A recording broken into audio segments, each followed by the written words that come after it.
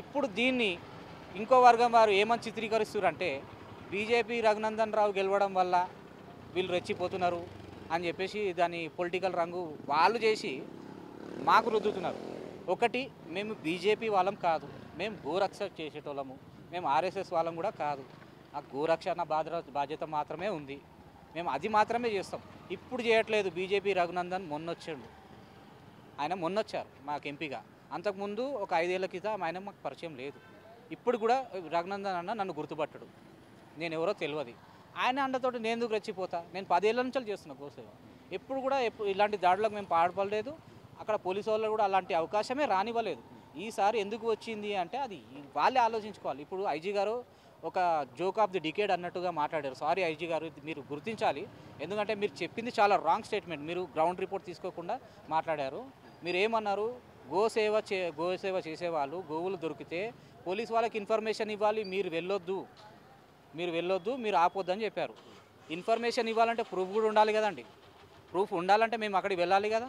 ఆ వీడియో తీసుకొని మీకు ఇస్తే మీరు వచ్చి యాక్షన్ తీసుకుంటే మేమేం రావాల్సిన అవసరం కూడా లేదు. పలానా దగ్గర మేము ఇక్కడ ప్రొటెక్ట్ చేస్తాము, ఇగో ఇది రసీదు అని చెప్తే నెక్స్ట్ ఆ బక్రీద్ అయిపోయిన తర్వాత వీటిని మళ్ళీ వేరే దగ్గరికి ఇచ్చేసారని చెప్తే మేము ఫోన్లో పంపించినా యాక్సెప్ట్ చేస్తామండి. మేము గొడవలు చేయడం మా ఉద్దేశం కాదు. మాకు కూడా ఫ్యామిలీస్ ఉన్నాయి. ఇప్పుడు ఆయనకు 18 ఏళ్ళ పాప ఉంది. ఆ పాప 3 రోజుల నుంచి ఏడుస్తుంది. నాన్నని చూడాలని. ఆయన లేకపోతే నిద్రనే పోదు. ఆయన గాయాలు ఉన్నాయి, దగ్గరికి వస్తే పైన ఉంటుందని ఆమెను రానియట్లేదు. అంత ఘోరం ఉన్నది. మాకు లేవా కుటుంబాలు? మేము గొడవలు చేయడం మాకేం ఉద్దేశం కాదు. పోలీసులు ఈ పని చేయక వాళ్ళే మీరేం చేసుకుంటారో చేసుకోరని మాట్లాడేసి మీరు చట్టాన్ని చేతులు చేసుకుంటే పోలీసు వాళ్ళు ఊరుకోరు, కేసులు పెడతారంటే ఇది జోక్ లాగా ఉంది సార్. మీరు గ్రౌండ్ రిపోర్ట్ తెలుసుకోండి. పోలీసు వాళ్ళు ఏం చేశారు? బ్యాచ్లు దాచిపెట్టుకొని మరీ బిహేవ్ చేశారు సార్. మా దగ్గర వీడియో ప్రూఫ్లు లేవు. ఎందుకంటే అందరూ దాడిలో ఉన్నారు కాబట్టి ఎవరు వీడియోలు తీసుకుంటూ కూర్చోలేరు. మీరంతా వీడియోలు తీసుకుంటూ మమ్మల్నే దోషులుగా చిత్రించడం చాలా తప్పు. ఇది మీడియా వాళ్ళు కూడా చాలా తక్కువ కవరేజ్ చేశారు. చాలామంది వచ్చారు కానీ మరి ఎందుకు రావట్లేదో మీడియాలో మా గురించి మేము చెప్పిన విషయము ఎక్కడ కూడా రాలేదు. ఆడపదడపచ్చి 2-3 ఛానల్స్లో తప్పించి ఇంకా వేరే ఎక్కడ కూడా మేము చెప్పిన విషయం ఎవరు కూడా ప్లే చేయడానికి రెడీగా లేరు. మరి దీనివల్ల ఎవరి ప్రెషర్ ఉన్నది, ఏ పొలిటికల్ ప్రెషర్ ఉంది, లేకపోతే ఏ వర్గం ప్రెషర్ ఉన్నది అనేది మాకు కూడా అర్థం కావట్లేదు. ఇప్పుడు ఎక్కువగా నష్టపోయింది అయితే నేను, నా ఫ్రెండ్ అండి. మా నాన్న హార్ట్ పేషెంట్. నేను ఆయనను వదిలేసి నేను ఈయనెంబడి ఉంటున్నా. రాత్రి హుటాహుటిన వచ్చేసినాం. మేము బట్టలు కూడా లేవు, అట్లా వచ్చేసినాం. మేము ఆ పరిస్థితిలో వచ్చేసినాం. సో మేము ఎక్కువ నష్టపోయినాం. మా మీదనే 307 కేసులు పెట్టడం అనేది ఎంతవరకు సమంజసం? బీజేపీ వాళ్ళని అరెస్ట్ చేశారు. ఇంతవరకు మా ఫ్రెండ్ మీద అటాక్ చేసిన వ్యక్తి అతీక్ అని పేరు చెప్పారు. చాలా వీడియో ప్రూఫ్స్ కూడా ఉన్నాయి. మీరు అన్ని వీడియోలు తీసిరు. ఆ వీడియోలో ఆ వ్యక్తి ఎవరో తెలుసు. ఆయన చార్మినార్ ఎక్కడో దాచుకున్నాడు. వాళ్ళు హ్యూమన్ రైట్స్ వరకు వెళ్ళిరు. కనీసం మాది కంప్లైంట్ కూడా రిజిస్టర్ చేయలేదు. దాడి చేసిన వాళ్ళు హ్యూమన్ రైట్స్కి ప్రొటెక్షన్ అడిగి అక్కడ సేఫ్గా ఉన్నారు. మాకు మాత్రం కనీసం మా కంప్లైంట్ కూడా తీసుకోవట్లేదు. ఇంత అన్యాయమైన ప్రభుత్వం ఉంటుందని ఒకప్పుడు రేవంత్ రెడ్డి గారు అన్నారు. గోసేవ చేయడం అనే దాని గురించి పెద్ద వీడియో స్పీచ్ ఇచ్చారు ఆయన. ఇప్పుడు ఆయన ఇక్కడ జరుగుతుంటే కనీసం స్పందించలేదండి. ఏంటి అని మీదకి పైన స్పందించలేదు. ఇది దారుణం అండి. రేవంత్ రెడ్డి గారు, మీరు ఇది మంచిది కాదు. మీరు ఏ ప్రభుత్వమైనా మాకు అనవసరం అండి. మా లైఫ్ మాకు ఇంపార్టెంట్. మాకు గోరక్షణ ఎంత ఇంపార్టెంటో మా లైఫ్ కూడా అంతే ఇంపార్టెంట్.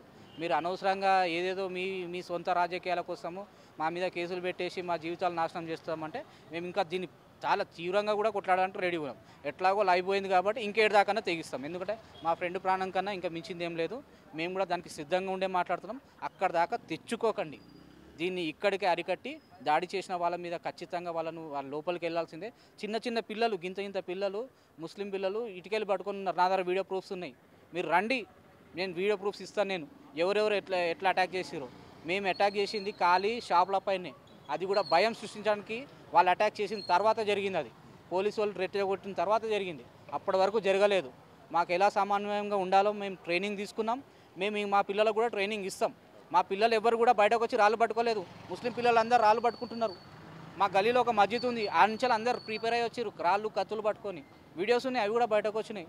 మరి మా రామ్నగర్లో మా దగ్గర కూడా పెద్ద ఆలయం ఉంది. మరి ఆ గుడిలో నుంచి ఎవరు చిన్నపిల్లలు బయలుదేరట్లేదు కత్తులు కటార్లు పట్టుకొని. మేము అలాంటి ట్రైనింగ్లు ఇవ్వట్లేదు. ఈ ట్రైనింగ్ సెంటర్లు ఏవైతే ఉన్నాయో అవి బంద్ చేయాలి. ఈ దాడులకు కారణమైన ముఖ్యంగా ఒక 10 మంది బ్యాచ్ ఉంటుంది. ఈ గాంజా బ్యాచ్ వీళ్ళందరిని అరికట్టాలి. వీళ్ళకి సపోర్ట్గా ఉన్న ఎమ్మెల్యే పైన కూడా మీరు ఏదో ఒకటి నిర్ణయం తీసుకోవాలి. ఆయన ఆయన ఆయన తప్పు ఎవరిదా? మరి పోలీసులను కూడా మీరు ఖచ్చితంగా సస్పెండ్ చేయాల్సిందే. వాళ్ళందరూ ఆడ చోద్యం చూసారు.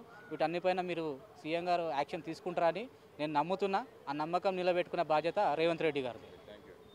మొత్తంగా సీఎం మాత్రం స్పందించాల్సిన అవసరం ఉంది మెదక్ అంశంపై.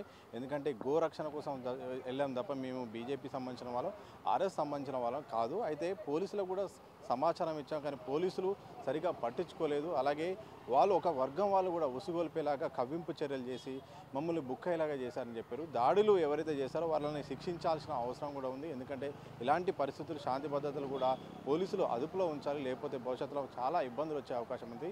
కేవలం ఒక హిందువుల వరకే మాత్రమే ఒక దాడులు చేశారని కూడా చిత్రీకరించే ప్రయత్నం చేస్తున్నారు. ఇది సరైన విధం కాదు. దీనిపై ప్రభుత్వం కూడా సీరియస్గా యాక్షన్ తీసుకోవాల్సిన అవసరం ఉందని కూడా ఆ దాడి ప్రత్యక్షంగా చూసిన రాహుల్ అయితే చెప్తున్న సందర్భం మాత్రం కనిపిస్తూ ఉంది. కెమెరా పర్సన్ సంతోష్తో సతీష్, దిశ టీవీ.